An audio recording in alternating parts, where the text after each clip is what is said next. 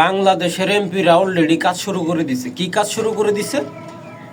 ফুটপাতের উপর রাস্তাঘাটের সাইডে যে দোকানগুলো আছে, গরিব মানুষের যে দোকানগুলো আছে, সেগুলো উচ্ছেদ করতেছে। আমি তাদের সাথে একমত সেগুলো উচ্ছেদ করা, কারণ রাস্তাঘাটে দোকান নিয়ে বসা এটা অবৈধ। তবে কোনো এমপি কি বলেছে যে আপনাদের জন্য আমরা একটা জায়গা বরাদ্দ করব, আপনারা সেইখানে যে বসবেন? তাদেরকে উঠায় দেওয়া হচ্ছে, তাদের পেটের ভিতরে লাথি দেওয়া হচ্ছে, বলতেছে এটা অবৈধ। তাদেরকে বৈধ করেন না, আপনাদের তো দায়িত্ব তাদেরকে বৈধ করা। তাদেরকে বৈধ করেন, তাদের একটা বাজার দেন যেখানে বসেন, প্রয়োজনে তারা সরকারকে ভ্যাট দিবে, ট্যাক্স দিবে, তারা রাজি আছে, কিন্তু তাদের একটা নির্দিষ্ট জায়গা দেন যাতে তারা ব্যবসা বাণিজ্য করে। কয়দিন এইভাবে ফুটপাত থেকে তাদেরকে উঠাই দিবেন? আজ পর্যন্ত কেউ পারছে? ফ্যাসিস্ট সরকারের আমলে পারছে? পারে নাই।